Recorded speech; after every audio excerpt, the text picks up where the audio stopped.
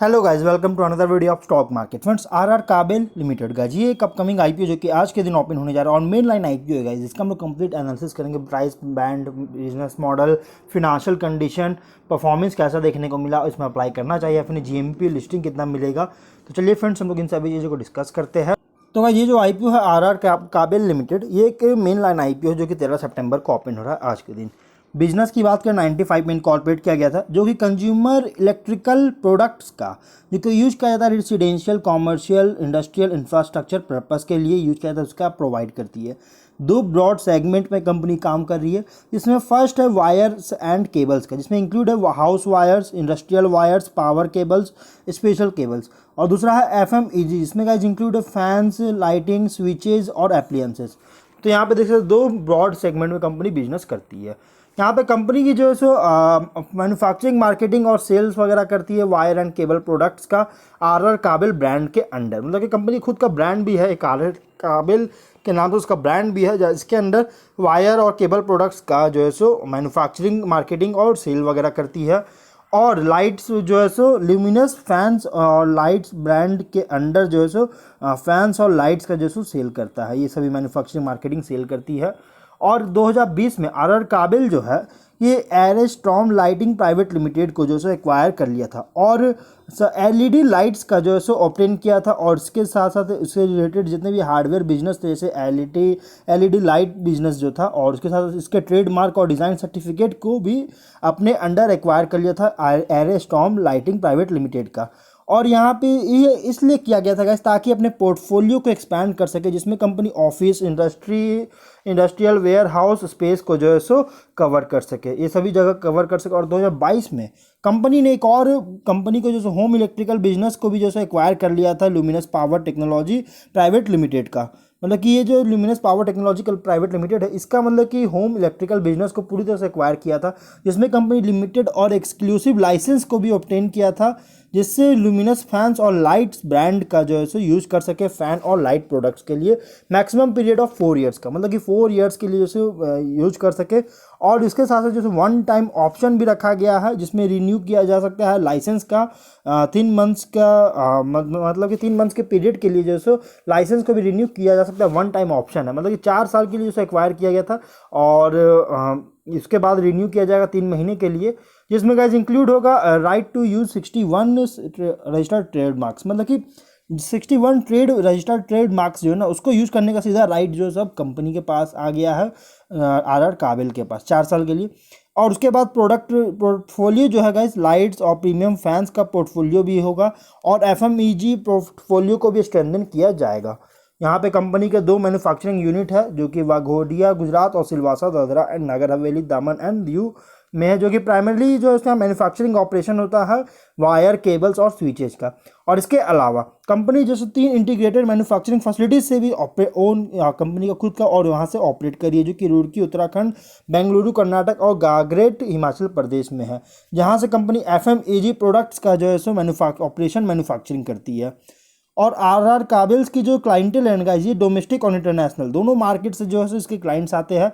और last 3 months में, जो कि जून 2023 तक का जो है डेटा बता रहा है, लास्ट 3 मंथ्स में 71% का जो रेवेन्यू होता है गाइस, ये मतलब कि वायर और केबल सेगमेंट से 71% का जो है सो रेवेन्यू जनरेट किया ऑपरेशन से।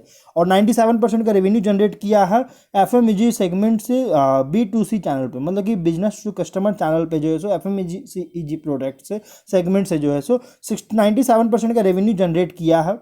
वहीं अगर हम इसके फिनेंशियल्स की बात करें तो गाइज यहाँ पे देखिएगा तो 20 में 1545 करोड़ का रेवेन्यू एसेट्स था, 21 1715 करोड़ का, 22 में 2050 करोड़ का, 23 में 2633 करोड़ का रेवेन्यू था, एसेट्स था। और रेवेन्यू की बात करें 2505 करोड़ का, 20 में 122 करोड़ का प्रॉफिट, 21 में 2745.9 करोड़ का रेवेन्यू और 135 करोड़ का प्रॉफिट, 22 में 4432 करोड़ का रेवेन्यू और प्रॉफिट 213.9 करोड़ का, 23 में 5633 करोड़ का रेवेन्यू और प्रॉफिट 189.8 करोड़ का। तो यहाँ पे गाइस कंपनी का फिनेंशियल अगर देखिएगा तो एवरी फिनेंशियल कंपनी बहुत ही स्ट्रॉन्ग तेजी देखने को मिला है।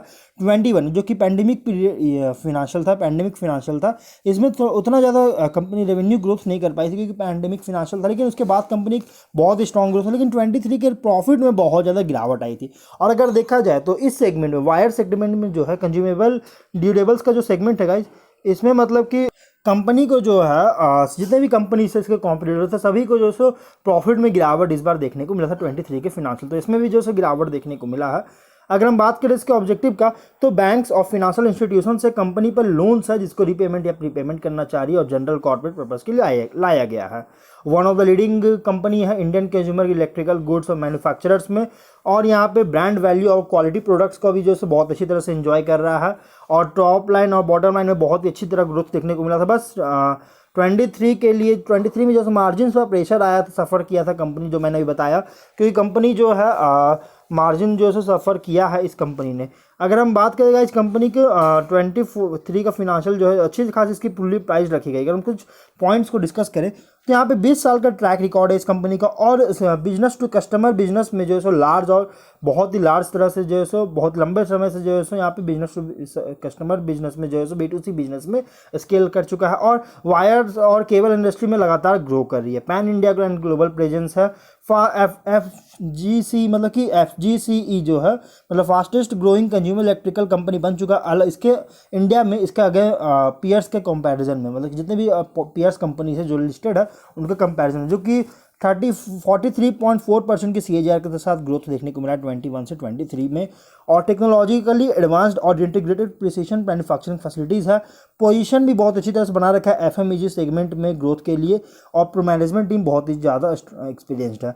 नेगेटिव कैश फ्लो देखने, रिस्क क्या है, नेगेटिव कैश फ्लो देखने को मिला है पास्ट में, जो कि यहाँ देख सकते हैं 21 में नेगेटिव कैश फ्लो देखने को मिला था। हाई वर्किंग कैपिटल का रिक्वायरमेंट होता है और रॉ मटेरियल्स की जो प्राइसेस होता है ना, अगर इसमें वोलेटिलिटी होता है तो उसकी वजह से कंपनी का ऑपरेशन को इम्पैक्ट पड़ सकता है। ओवरसीज मार्केट भी बहुत ज़्यादा डिपेंडेंट है कुछ ही डिस्ट्रीब्यूटर्स और सिग्निफिकेंट कुछ ही डिस्ट्रीब्यूटर्स पर। ओवरसीज के मार्केट जो है पूरी तरह डिपेंडेंट, मतलब कि एक्सपोर्ट जो होता है पूरी तरह से डिपेंडेंट है इंटरनेशनल मार्केट में, और कोई भी चेंजेस वगैरह आता है इस बिजनेस अरेंजमेंट्स में इन डिस्ट्रीब्यूटर्स के साथ, तो इसकी वजह से RR काबिल का जो फिनेंशियल है इम्पैक्ट कर सकता है। फिर प्लस यहाँ पे क्रेडिट टर्म्स के साथ जो है सो एक्सटेंडेड जो किया गया है कस्टमर्स के लिए, इसका जो जिस तरह से राइज हो रहा है जिसमें रिस्क एक्सपोज किया जा सकता है। फॉरेक्स मार्केट फ्लक्चुएशन का भी प्रॉब्लम आ सकती है। अनसिक्योर्ड लोन्स है बैंक्स और फाइनेंशियल इंस्टीट्यूशन से, जो कि डिमांड ऑन डिमांड जो सो रिकॉल किया जा सकता है, तो इसके वजह से इस कंपनी को इम्पैक्ट पड़ सकता है। अब अगर हम इसके ये डिटेल्स की बात करें, देखिए 13 से 15 सितंबर तक ओपन रहेगा। ₹5 का फेस वैल्यू 983 to 1035 रुपीज़ पर शेयर की प्राइस बैंड, 14 शेयर्स की लॉट साइज और 1964 करोड़ का इशू साइज, 180 करोड़ का ओनली फ्रेश इशू किया जा रहा है। मेनली कंपनी इसे ऑफर फॉर सेल लाई और 1784 करोड़ का, और एम्प्लॉय डिस्काउंट दिया जा रहा है 98 रुपीज़ पर इक्विटी शेयर का। बुक बिल्ड इशू आई पे NSE BSE दोनों में लिस्टेड होगा। अलॉटमेंट का डेट रखा गया है 21 सितंबर का, 26 को लिस्टिंग किया जाएगा।